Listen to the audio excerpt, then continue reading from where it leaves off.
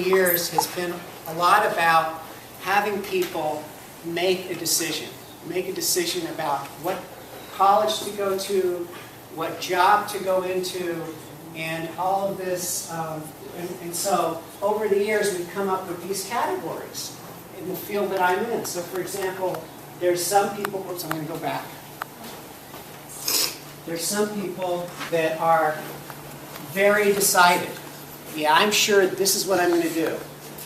Then there's decided uncomfortable, the unstable decided, the indifferent decided, the informed indecisive, the tentatively undecided. All these names that people have come up with for people saying, do you know what you're going to do? If you don't know what your career is going to be, then we have this little name for you.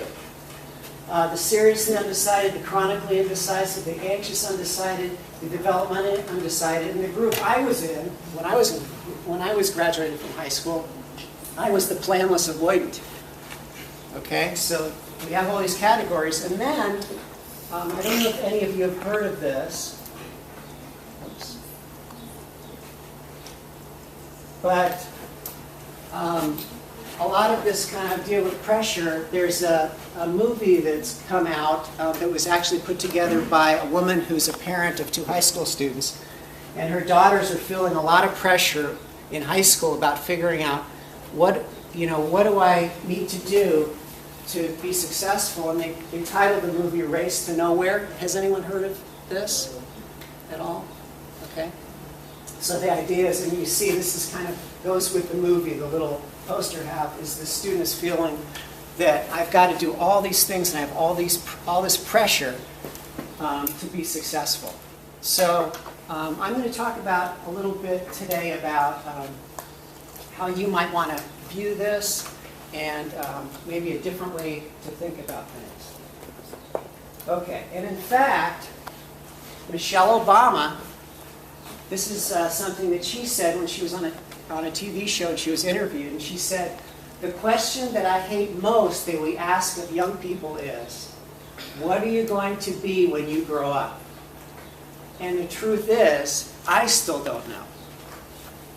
Okay, so a lot of people, this is kind of examples of all this pressure. Figure out what you're going to do. Figure out kind of what you're going to do after you graduate. When you're in college, what are you going to major in? When you graduate from college, what are you going to do then? Okay.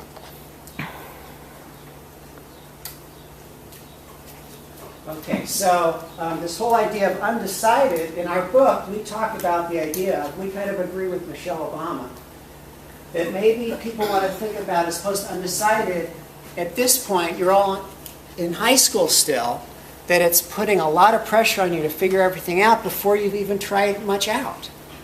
And that's what we talk about in our book. Okay, so there's 2 views, and you can tell me if you think this makes sense, but one view is for careers for high school students is that high school students need to make specific plans and be absolutely certain about which college to attend, what to major in, and which career to pursue as early as possible. So are any of you feeling that at all, or from where do you feel that from? Where do you hear that from? Where do you think that's coming from? Parents? Everyone else? Kind of when you watch TV, is that kind of people, that's the implication you're better off if you have everything figured out? Okay, so that's one view. And another view is that as a high school student, the most important thing is to explore a wide range of activities where you can learn firsthand. And to be open-minded, as opposed to absolutely certain, about academics, about classes, your interests, activities that you can be engaged in your community, and various work settings that you know about now, but maybe to want to learn about things that you're not sure about yet. Because, for example, my daughter, she's had kind of one part-time job working at the library in Roseville one summer, and that's her job experience.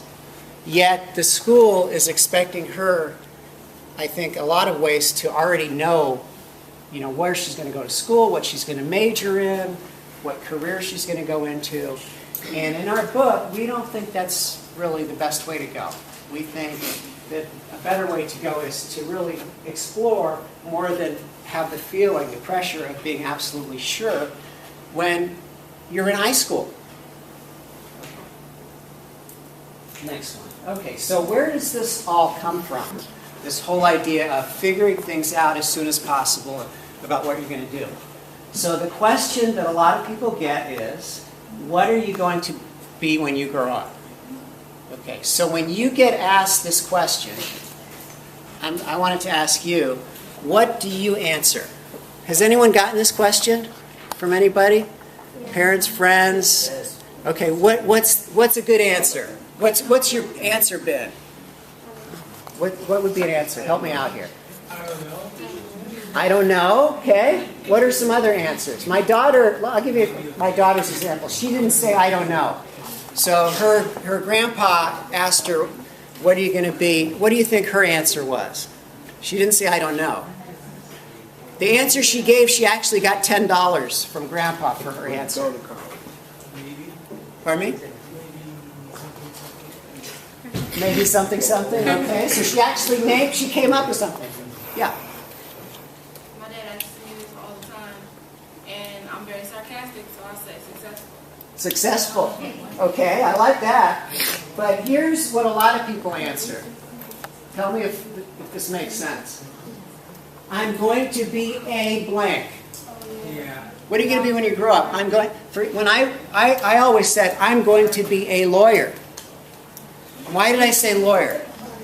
I said lawyer when I was 8 years old. Had no idea what a lawyer was, but I said lawyer. Sounds good, right? And what did adults, people that asked me that question, when I said lawyer, what did they do? Said it was good. They said it was good. Oh, wow. Hey, that sounds great. You're 8 years old and you're going to be a lawyer. I had no idea what a lawyer did, but I sounded good. Okay. Now, my daughter, when her grandpa asked her, what are you going to be? You know what she said? She said, I'm going to be a doctor, just like you, Grandpa. Grandpa said, Rachel, let me give you a hug. And hey, $10, here you go. Okay? But you know something? That wasn't the honest answer. So we think there's a better answer. The better answer is, I don't know yet since I haven't had the chance to try much out yet. How can you expect me to answer that question now? Or I even like your answer better. I'm going to be a success. Okay? So that's, but the pressure already starts, and for me it started when I was 8 years old. What are you going to be when you grow up? And you know something? The sad thing is, I never ended up a lawyer, but I actually went to college. I went to UC Berkeley planning to be a lawyer because that's what I had promised everybody. Okay? And there's nothing wrong with that. Maybe, I could still pursue that, but I was feeling a lot of pressure about being a lawyer even without knowing what it was. So we're saying that, maybe it's more important to have the idea that I'm going to try things out. I'm going to find out really what those things are before committing to it. Okay, so that's the first question. Then, later on, you get the question, what do you do? So whenever I go to a party or something, or I go to somewhere where I don't know people, what's the first question they ask me? What do you do? They don't say, what's your name? I introduce myself by name, but then the first question is, what do you do? What do you do? Okay. So how do most people answer this? What do you do? I'm a blank. Pardon me? I'm a blank. I'm a blank? Okay, so you named the job, right? Yeah. I named this, so that's right. So usually the answer is, Shut up. I'm A, and you name your job. Okay. But a better answer might be, or an alternate answer, I have many interests that are involved in different activities at home, in my community, and at work. Which would you like to hear about first? Okay. because I don't want to just be defined by my job. Okay? And so the first couple people that you give them this answer, they'll probably think you're a little strange and walk away. But if you actually find a few people that are interested, you've got some real interesting conversation going there. Okay, so a lot of this is people always are kind of pinned down to either define themselves by their job, or they're forced to say, this is my occupation. And we think that doesn't help someone kind of explore a lot of different options that they might consider. Okay, so the usual way that as a career, being in the field of career counseling and working with people in our program, the way usually people get help in choosing a career is you can divide it up into 4 steps. Okay, so the first step is to help somebody identify what are your skills. In other words, what skills do you like using? What are your interests? What are your values? What are you good at? Now, are some of you kind of in a program now where you're thinking about exploring different careers? That's what Beth had told me. What was the program, Beth, you told me it was? The Avid Business Academy and Health Academy. Okay, so what are some careers that you guys have begun to kind of look into in those programs? Engineering. Okay. Do you feel like you're in this to kind of explore what engineering is, or you feel like in some ways you're already feeling like you're committing to it, or? Because it's wonderful that you get a chance to explore engineering, but what we're saying is, that's a really good starting point, but not to look at it is that I'm stuck, I'm locked into this. But as a starting point to kind of explore some things. So step 1 is identifying what you like to do, and that's probably how some of you came up with either engineering or medical related or whatever. Step 2, though, is to find out what it's really like. Step 3 is to match 1 and 2, and then 4 is people that are ready to apply for jobs. Anyone here thinking about a part-time job in the summer or something like that? Okay. So all of this strategy for choosing a career makes sense, but we're saying as long as you don't feel locked and stuck into that one area. Pardon me? I think They're taking notes. Okay. That's a good thing. Okay. And can they get? I'm going to give a copy of this. So can people get this? Or? Yeah, definitely. Okay. So Yeah. maybe they can get the examples in our book. And so I need your help on this. So I'm going to ask you a question. What do these chips have in common? Chocolate chip cookies, potato chips, and pita chips. Anyone know? They all got chips. They're all chips. What else? Anybody know? Does anybody know the story behind any of these and how they were invented? Potato chips, yeah. Pat, who knows potato chips? Okay, tell me the story. Oh yeah, some guy wanted a potato or something at some Irish restaurant, and he said it wasn't cooked right, and he sent it back to the kitchen, and the guy chopped it up real thin and fried it as an insult. But the guy liked it a lot. All right, how about that deserves a round of applause. Very impressive. That's the story. You got it. Okay. So notice how chips were invented. The customer didn't like what he was served, sent him back, and the chef was saying, "I'll show this guy," and kind of made them real crispy and see if he likes those. But then what happened after the person? He said, "These are better than the other ones," and potato chips became really popular. So this is an example of kind of an invention that came about kind of unexpectedly, kind of through this idea of happenstance. Okay, next one. Anyone know how chocolate chip cookies were invented? This is a true story. Anybody heard that? You probably... Anybody know? It's a similar story. Anybody guess? Do any of you ever tried Toll House chocolate chip cookies? Yep. Those are really good. Is that Nestle? Yeah. Okay.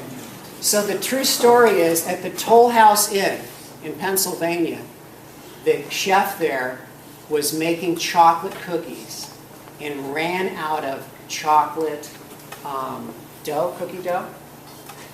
And she said, I got to find something to serve to the customers. So she took a candy bar and tore off chunks of the candy bar and put it into the cookie batter, I guess regular cookie batter. Cooked that, and people said, these are better than the regular chocolate cookies. Okay, so again, she ran out of the other, so she improvised and came up with using actual candy, and that invented chocolate chip cookies. Again, an accident, right? The last one, pita chips. Any of you go to Costco at all? Okay. Have you ever had Stacy's pita chips? The big bags of those pita chips. You ever see those? They have them at Costco. Okay, so I was in Costco and I was walking with the shopping cart with my daughter. We always go. The best day to go, as you probably all know, is either Saturday or Sunday. Why? Lots of samples. Okay, so we had the empty shopping cart and we're going down Costco to try the samples. And they had these chips, these pita chips. So we tried, my daughter and I tried them, and I said, I got to get a bag of these. These are really good. So I grabbed the bag, put it in the shopping cart, and I was walking, and I saw on the back of the bag, it said the story behind Stacy's pita chips. And Stacy's pita chips, actually, it was these two people who graduated from college and had huge student loans. Said that, well, maybe what we like doing is we like kind of making sandwiches, so in order to make some money, they opened up a little sandwich stand in Boston, and people came and they sold these pita sandwiches with pita bread, because they like making sandwiches. And the lines were really, really long, and they were worried that people would not wait in line to buy the sandwiches. So they said, we're going to bake the pita bread into little chips and give them out for free, so people would stay in line. So they baked the pita bread into little chips and they handed it out for free. And actually people were saying, the sandwiches are okay, but boy, these chips are fantastic. You should sell these chips. And that started Stacy's Pita Chips. Okay, so all of these are examples of this idea of taking advantage of unexpected opportunities. Now, why do you think I'm giving you these stories about chips? What do you think is behind my little scheme here? What do you relate to us for us to take advantage? Pardon me? I said, you relate to us for us to take advantage? Right. You can take advantage too in a similar way that these different products were created kind of unexpectedly. And the funny thing is, if you actually talk to most people out there, when they think about their careers, that the key skills in helping someone in their career relates to this idea of happenstance. Words like curiosity, noticing your surrounding and seeking to learn more, taking action. So these people opened up the little sandwich shop, but they changed the plan, taking a risk, even if with rejection. They could have said, people don't like these chips. Flexibility, being adaptable, open-minded, being persistent, putting in the effort, and being optimistic. So these are the skills, and you guys will get this in a handout. I'm going to kind of keep moving through this, keep things moving. But we think, not just for making these products, but in people's careers, these days especially, with the way things change a lot in the world, that it's important to kind of be aware of changing direction. You start somewhere based on the information, moving, being flexible, being open-minded. And anybody in here have an iPod? Or okay. So iPod Shuffle, the advertisement is enjoy uncertainty. I patch up a big chance a chance, kind of similar idea. And what I wanted to do, even though I help people with their careers and making career decisions, and I train students to be career counselors, I have to admit to you, I'm going to tell you a little bit about my own career, and I'll call it the shameful truth about my career. And I'm asking you the question as I talk a little bit about briefly my own career, was my career pure dumb luck? Okay. So remember I told you when I was a little kid, 8 years old, I planned to be a lawyer. That never happened. And I never planned to be a counselor or a professor from Sac State. Never planned it. Somehow, I ended up doing this. And I have this really great job as a professor. Do you realize that when is the end of the semester here? So you guys have another week or so? Okay, and then you have summer off? Okay. Do you know my job? I have all summer off. That's pretty good, isn't it? Pretty good. My birthday's coming up, and I always ended the school year when I was in high school, it was like middle of June, right when my birthday is, kind of a present. I had the summer off, and I still do that. So that's kind of nice, okay? So when I graduated from high school in San Francisco, I went to City College of San Francisco. And again, my plan was to be a lawyer, right? So when you're planning on being a lawyer, what do you major in? Political science, usually. That's the major. I was thinking, I want to be a lawyer. What else can I major in? Political science. But I ended up, so I went to community college, and then I transferred after 2 years to UC Berkeley. And at Berkeley, I was thinking, okay, lawyer, political science. So I started taking political science courses. And every political science course that I took at Berkeley, the average class size was about 200, 300 students. So I was in there, and I could barely see the professor up front in a big room. And I said, I don't know if this is the right major for me. I don't know if this is really the way I like to learn. And so I said, well, what else could I maybe take? What other courses could I take? So this was my junior year, and I had to decide pretty quickly because it was already junior year, and I only had 2 years left there. So I said, okay, what can I? So I looked in the course catalog, and I was looking for, I was looking for a class either Tuesday or Thursday. Okay, I didn't want a class on Monday and Friday. Okay, and I didn't want a class before 1 o'clock because I like to sleep in. All right, this is how I chose my classes. Okay. So why wouldn't I want a class on Monday morning? Monday. It's Monday, right? How about Friday? No. So this is the way I chose my classes. So I found there was an African history class on Tuesday and Thursday, and it was at 2 o'clock in the afternoon. I said, perfect. Okay, so I went to the class, and I showed up to class, and there were 12 students in the class.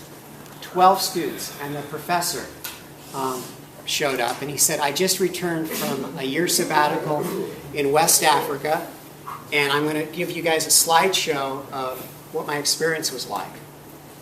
And I was hooked because he was really engaging. I got to know him personally, and you know what my major, what I decided to major in?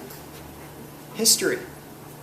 So again, I didn't ever think I'd be a history major, but based on what I found when I started taking classes, that changed my mind.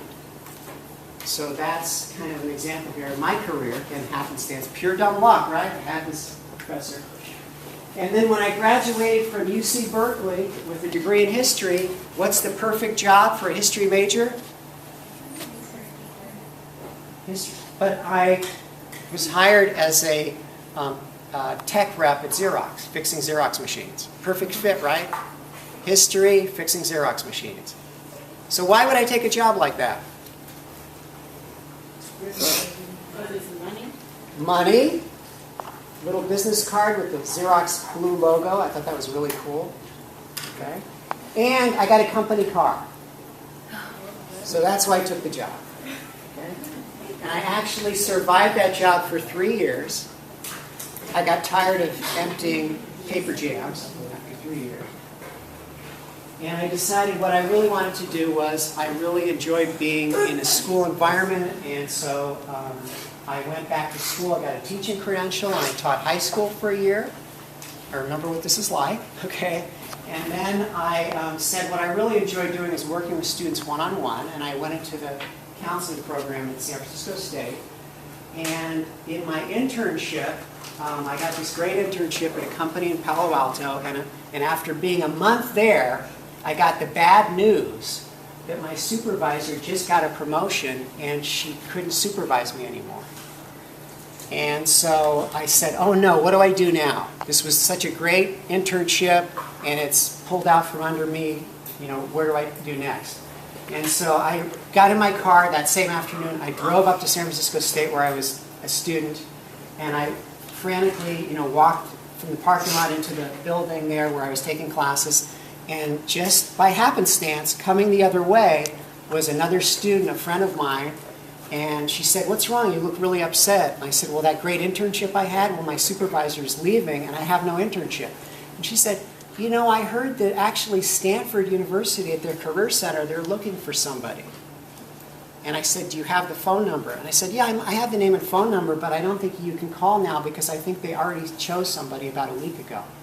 And I said, could you give me the phone number anyway? So she said, sure, here it is. Maybe give it a try. And that afternoon I called, and they said, well, we're about to choose somebody, but if you can come tomorrow morning at 9 o'clock, we'll interview you. And I drove down there to Palo Alto right that next morning, and guess what? They hired me. Okay? Again, unplanned, but what happened was, I spent the next 15 years at Stanford at the Career Center. I ended up going back to school mid-career, getting my doctorate, and then they had an opening here at Sac State a few years ago, 12 years ago, and I was hired as a professor because I had gone back to school, as I said, to get my doctorate. So you can see my career is filled with this idea of happenstance. I had one plan, the plan changed, yet I was able to kind of maneuver through it, navigate through it, and end up with this great job. I'm a native, I mentioned City College San Francisco, UC Berkeley. I grew up in the Bay Area, never planned to be in the Sacramento area, and I ended up here. Okay, so here's my question for you. Pure dumb luck. From my examples, was my career a matter of pure dumb luck? It was? Okay, so anybody disagree with that? Just luck, right? Happenstance.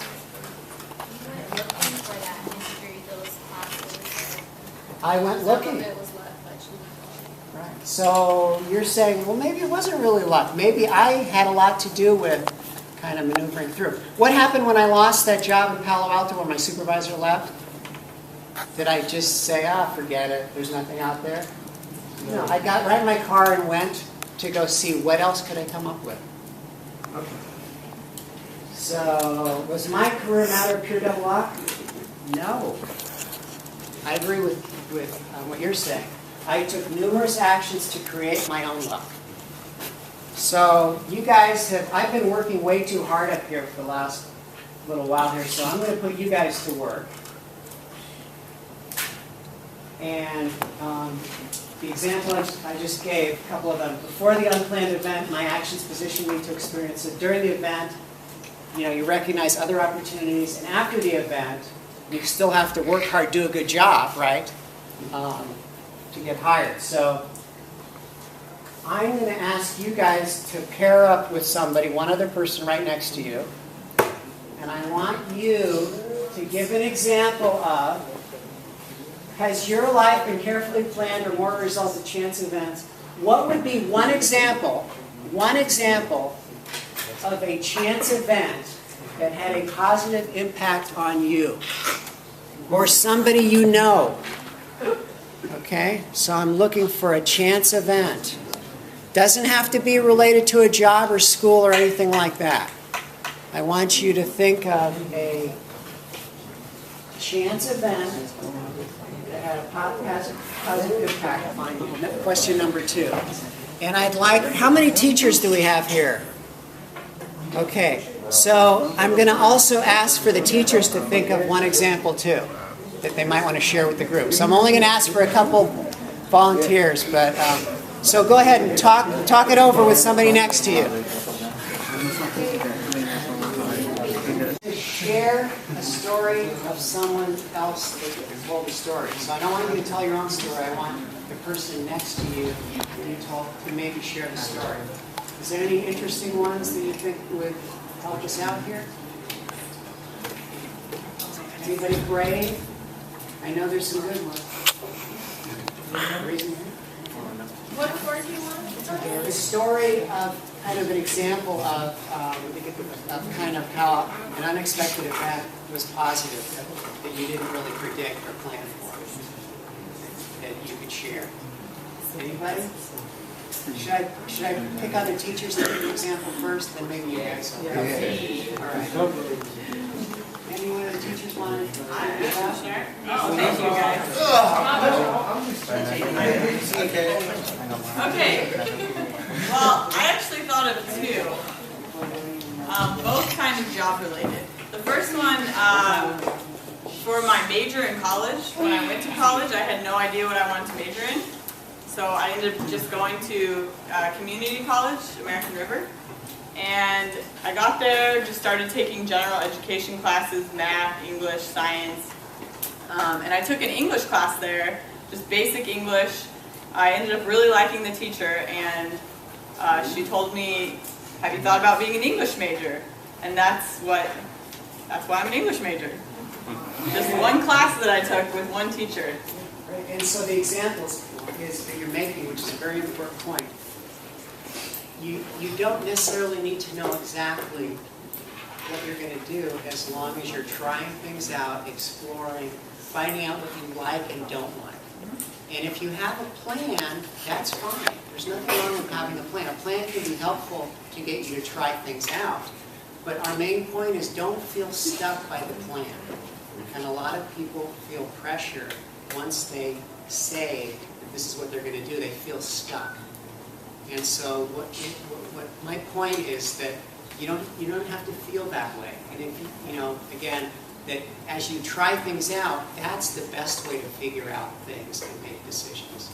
And it sounds like the way you helped you make a decision about English, you actually took the class, found out that you liked it, even though when you went into community college, you weren't sure. Right. Okay. So that's one of the important points I'm trying to make here. Well, when I graduated from high school, I either wanted to be a preschool teacher or an elementary school teacher. And never in my wildest dreams would you have ever told me when I graduated from high school that I would be at a high school meeting. And I ended up being a Sunday school teacher and a youth group leader and a Girl Scout leader, and I did everything that was about being a teacher, but I wasn't a teacher. And I was working at a bank, and I had worked my way up, started as a teller. I worked there for 13 years. So I was a manager of a bank. So I did the hiring and the firing. I trained people, I approved loans, I did all that type of. And I started doing career days at the high school, and then I started taking interns, and the interns would come from the previous teacher that taught the banking class, and they would come intern at my bank, and I would train them, and I absolutely loved it. It was my favorite part of the job, was training the interns, because I had high school students that were really excited about maybe working at the bank. A couple of years later, that teacher retired, and he came and twisted my arm into applying for the job, and he actually asked me 2 or 3 times, and at first I said no. It's like, no, I like my job here at the bank, I'll stay here. He did it again and did it again, and finally I just thought, well, I'll apply, and I like my job here, and I've got a good job, and if I don't get that job, it'll be okay. Well, now it's been 19 years, and here I am teaching banking, teaching it to high school students, and I love it. So that's a great story. And I was thinking as you were telling it, the banking connection was there because Beth was told me that there's a course on banking, so you were able to combine that with kind of with the teaching. yeah, I get to teach what I learned how to do for a living. So it's Great, pretty great awesome. example. Okay, and it's okay to change. It's okay to change. It's been a great change. Do you want to come up with? No, okay. Okay, so what we're going to end up with is about 2:15. I have a 10-minute kind of short little video that I want to show you guys. I think you'll enjoy it. It'll demonstrate what I'm talking about. But I just want to end on this here.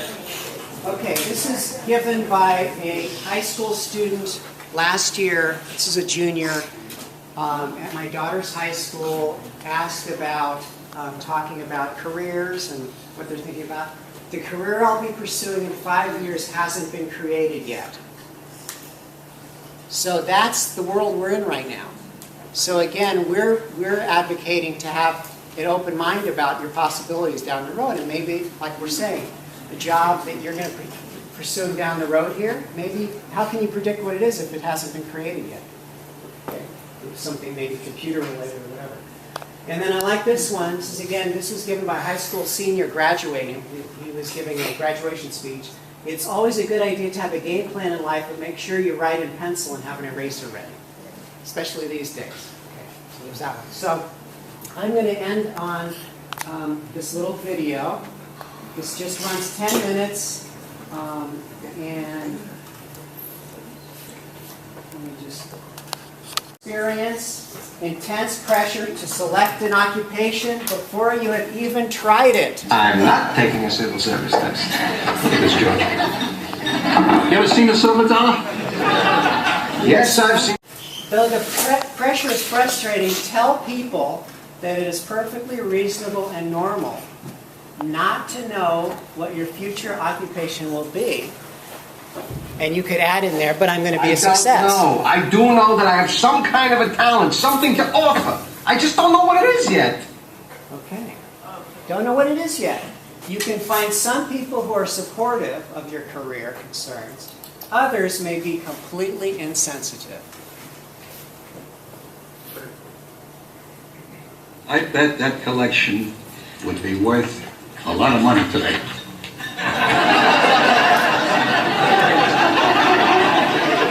Oh my God. I don't like this waiter. Look at him. He sees us. Doesn't want to come over. Okay. So it's important to take some action. Don't just sit passively. I need some air. George, where you going? I've got a lot of thinking to do. Okay, when you take action, you will inevitably encounter some unplanned events.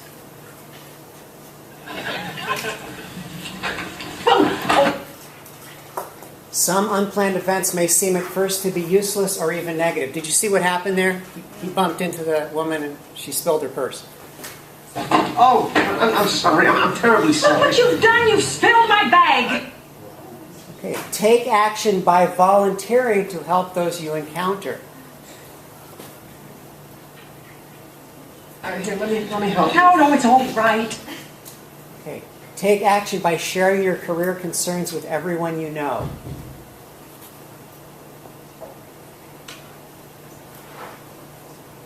It's just that I'm here with my parents, and my mother wants me to take a civil service test, and to tell you the truth, I don't even think I'd pass it. Your actions may call attention to ways in which your services can be valuable to others.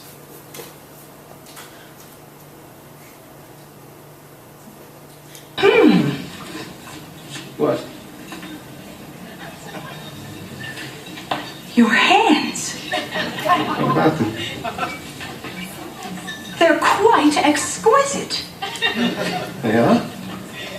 Extraordinary. Have you ever done any hand modeling? Okay. Follow up on leads suggested by people you contact. Here's my card. Why don't you give me a call?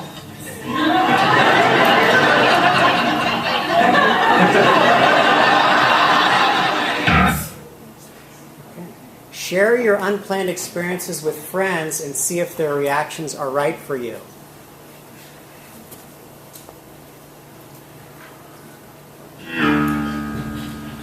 I don't get it. Me neither.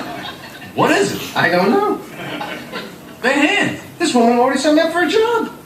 Well, what about my hands? I don't see how your hands are any better than my hands. What, are you kidding? The knuckles are all out of proportion. You got hair over there. Where do you get off comparing your hands to my hands? This is a 1 in a million hand. That's what comes from avoiding manual labor your whole life.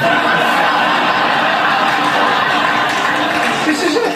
It's happened to me, Jerry. I was sitting in the restaurant, the two nut jobs were talking. I couldn't take it anymore. I get up from the table and boom, I bop into this woman. Okay. Learn who can be helpful or harmful to your career.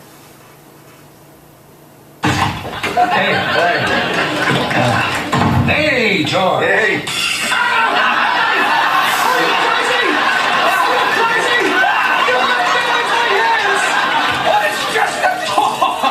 George has become a hand model. A hand model? Yes. Really? Let me see your hands. You can look at them, but do not touch them. See.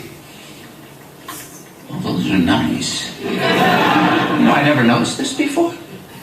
They're smooth, creamy, delicate, yet masculine. All right. I gotta get going.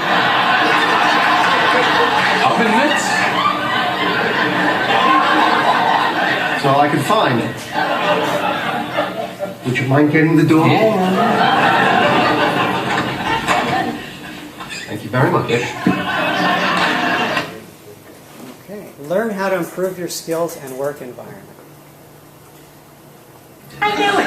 I always knew you had beautiful hands. I used to tell people, Frank, didn't I used to talk about his hands? Who the hell did you ever mention his hands to? I mentioned his hands to plenty of people. You never mentioned it to me. Hand me an emery board. I always talk about your hands, how they're so soft and milky white. No, you never said milky white. I said milky white!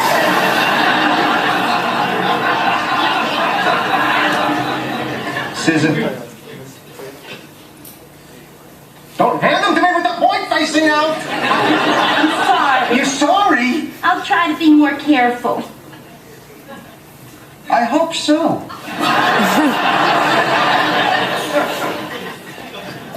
Georgie, Georgie, would you like some Jell-O? Why'd you put the bananas in there? George likes the bananas! So let him have bananas on the side! All right, please! Please! I cannot have this constant bickering. Stress is very damaging to the epidermis. Now, I have an important photo session in the morning. My hands have got to be in tip-top shape. So please, keep the television down and the conversation to a minimum. But Georgie, what about the Jell-O? I'll take it in my room. Two more minutes here. Keep learning about your occupation. So now George is going to go for the job. I've never seen hands like these before. They're so soft and milky white. You know whose hands they remind me of? Ray McKigney. Oh, Ray, he was it. who was he?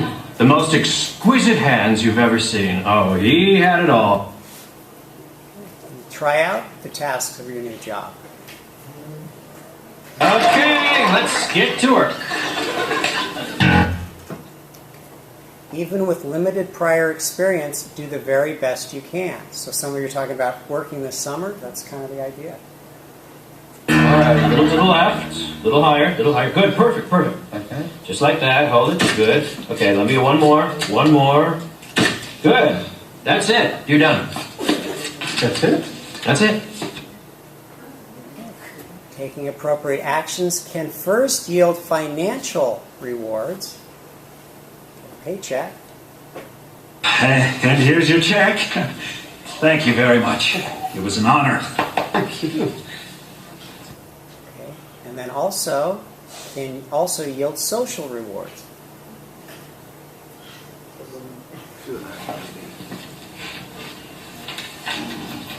It was great working with you. Your hands are beautiful. Oh, thank you very much. You know, I was wondering if you're not doing anything later, maybe you'd like to get together. Okay. Celebrate the success of your actions.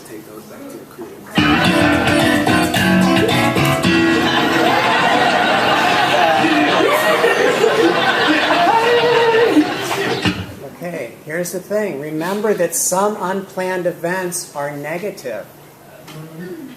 Hey, you can't believe this. Look at this check. They told me I had the most beautiful hands they ever seen in their lives, except for this McKinney guy. This great-looking girl gave me her phone number. I got it. I got it all. I'm busting. Jerry, I'm busting. Hey, I've never noticed your hands before. Let me see. All right. Yeah, real nice. My shirt. What is this? Is this what you wore on the show? Yeah. What, have you completely lost your mind? Who's dressing you? You look like a complete idiot. I wouldn't wipe my...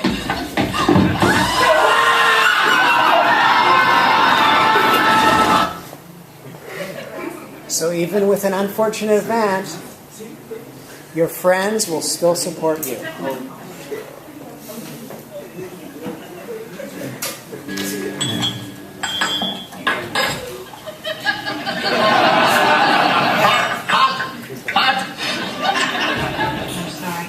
Mrs. McKinney guy had a few good years. How could you forget to turn off an iron? He's excited because Jerry was putting on a puffy shirt. My whole life is ruined because of the puffy shirt. Okay, even though you feel discouraged now, later on you can discover other future career opportunities by taking further action. Okay, so, boy, I'm impressed. 2:25, right? We're going to end about 2:30. So that's it for me. I think I'm done. Miss Hine has a copy of the book. Thank you.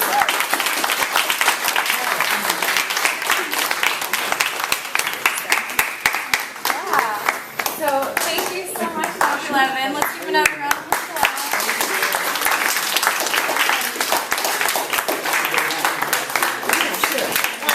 Does anybody have any questions right now or comments? I know we just have a couple minutes, but if you guys have any questions for Dr. Levin, it would be a great time to ask now.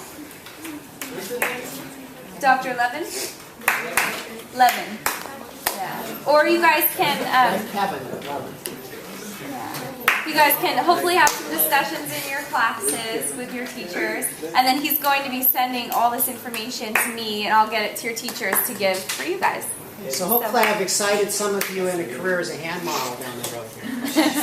Did you have a comment? You know what, some people, like me, I mean, like, I have an idea of what I want to do, but, like, money is money.